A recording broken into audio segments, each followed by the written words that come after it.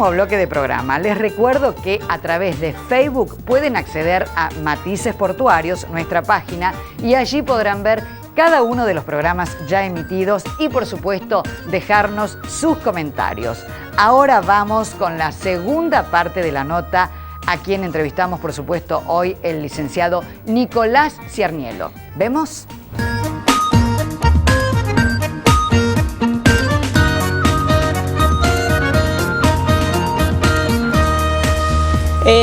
En el libro puntualmente hay un recuento acerca de ciertos hechos puntuales como el primer balizamiento, el primer puerto de hierro que se hizo. Cuéntenos más o menos qué incluye, qué puede encontrar el lector en él.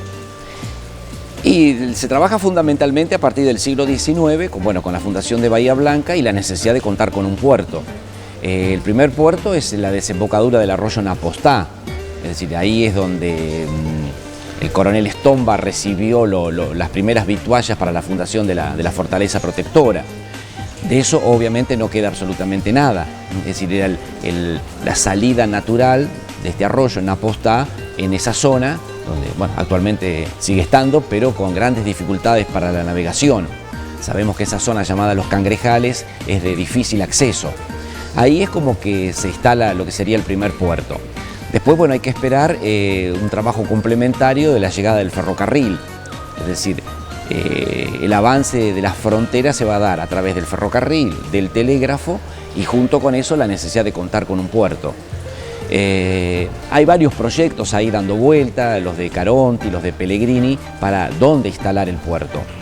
Ese puerto que va a recibir distintos nombres, el puerto, Puerto Nuevo, y que finalmente, cuando se termina de 1884 llega el ferrocarril a Bahía Blanca. La construcción del puerto de Ingeniero Guay es más o menos paralela. Es decir, la fundación de Guay es en el 85. Entonces ahí tenemos llegada del ferrocarril, construcción del puerto y punto final a un proyecto de avanzada. Estamos en una Argentina de 1880, donde gobierna la generación del 80. Hombres como Mitre, Sarmiento, Avellaneda y Roca, que tienen un proyecto muy claro de país. Y la función de Bahía Blanca, de Ingeniero Guay, del puerto y del ferrocarril responde a ese proyecto de país, que se llevó a cabo sin medir consecuencias. Sabemos lo que fue la conquista o la campaña al desierto y que había que dar lugar a la necesidad de recolectar toda la producción agrícola ganadera y sacarla vía ferrocarril hacia Buenos Aires o vía portuaria. Después hay que esperar mucho tiempo más para la fundación de otros puertos, como decís vos, Necochea, Mar del Plata, un poco más al sur, un poco más al norte. Al sur de Bahía Blanca sabemos que hasta Patagones la costa es muy difícil, de muy difícil acceso. Es decir, no es una zona ideal para construcción de grandes puertos. O en todo caso hay que ir mucho más al sur de la Patagonia o de Patagones. No sé, Comodoro Rivadavia, Río Gallegos y demás, pero eso es mucho, mucho más al sur. Es decir, Bahía Blanca respondía un poco para la época a esos principios de estar bien ubicado y ser nexo y comunicación entre dos polos importantes. A pesar de que saliendo de Bahía era terriblemente peligroso ir a Buenos Aires por tierra, porque los fortines más cerca estaban a la altura de Olavarría, Azul, Tandil. Es decir, las distancias para los medios de locomoción del siglo XIX eran amplias. Peligrosísimo. Hacia pocos metros de la fortaleza protectora, tierra de nadie, o tierra indígena, o tierra del diablo. No en vano llamada así precisamente por los peligros que eso tenía, que se evitaba que la gente pasara. Había que buscar alianzas con indígenas, con algunos aborígenes, para que la llegada hasta Buenos Aires fuera más o menos tranquila. Había hombres que lo manejaban bastante bien, caso Rosas, por ejemplo, que hace toda una campaña también al desierto, que por ahí no se la estudia demasiado con respecto a la de Roca. César Poliafito hace eso, es decir, recupera mucho esa expedición de 1833 a Bahía Blanca y las luchas que tiene Rosas con los indígenas, con algunos.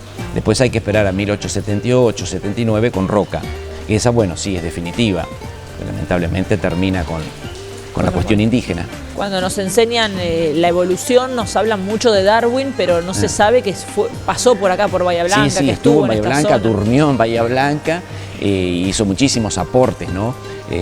Obviamente respondiendo a un proyecto inglés, de Fitzroy también, ¿no? Es decir, la política inglesa en esa época es mandar estas expediciones para recabar informaciones. No es una casualidad que poco tiempo después las Malvinas sean usurpadas por los ingleses. Es decir, más o menos hay una gran coincidencia entre estas expediciones que tienen sí su aspecto biológico, geográfico, pero también tienen su aspecto geopolítico, exacto. Está en los planos y planes ingleses todo el avistaje de esta zona. Siempre fue muy atractivo el sur de América. Y justo estamos nosotros acá viviendo en el sur y en Bahía Blanca, así que por lo tanto Bahía Blanca estaba en el eje del interés de esta gente. Cuando hablamos de mar, hablamos de puerto y en muchos casos hablamos de faro. ¿Bahía tiene o tuvo algún faro? No, más allá de algunas boyas o algunos faros o balizas. Para hablar de faros, tenemos que ir a Montehermoso. El faro Recalada. El faro Recalada Montehermoso, sí. Nosotros hicimos un trabajo también sobre investigación de faros y de hoteles de Montehermoso y un poco de la zona aledaña. El faro de Montehermoso, bueno, tiene más de 100 años y obviamente responde también a ese proyecto que después se engancha también con el puerto militar, con la base naval de Puerto Belgrano, que también es todo un tema que se complementa en su conjunto. El faro Recalada a Bahía Blanca precisamente tenía la función esa, de ayudar a la navegación viendo la dificultad de acceso al puerto de Bahía Blanca, y se instala en esa zona. Está perfectamente ubicado, es a poca distancia de Bahía Blanca, pero ayudando a la navegación. Hay otro faro al sur de la provincia de Buenos Aires, en la Isla Verde, a la altura de Pedro Luro, más o menos, Mayor Burato Beach, que también responde a la idea de facilitar la navegación. Es decir, giran de tal forma las luces que hacen fácil la entrada al puerto de Bahía Blanca.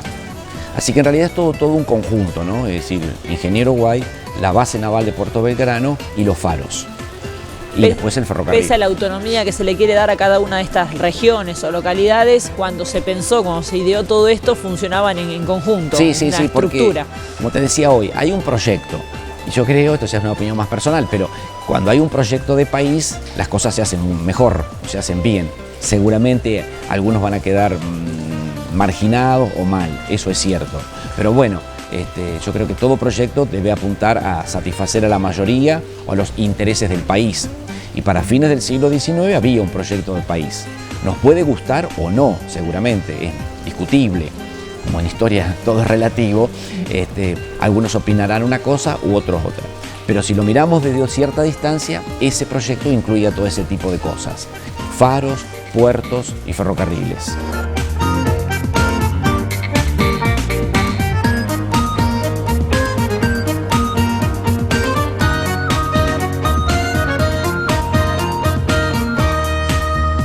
Consorcio de Gestión del Puerto de Bahía Blanca. 20 años para ratificar la historia, para redescubrir nuestra identidad de ciudad-puerto, para seguir construyendo el futuro. Consorcio de Gestión del Puerto de Bahía Blanca. 20 años conectando la región con el país y el mundo.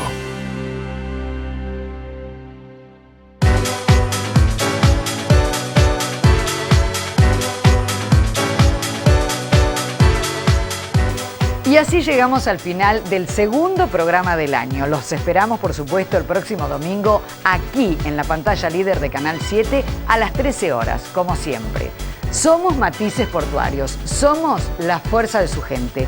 Que tengan un hermoso domingo, disfrútenlo y gracias por acompañarnos. Chau.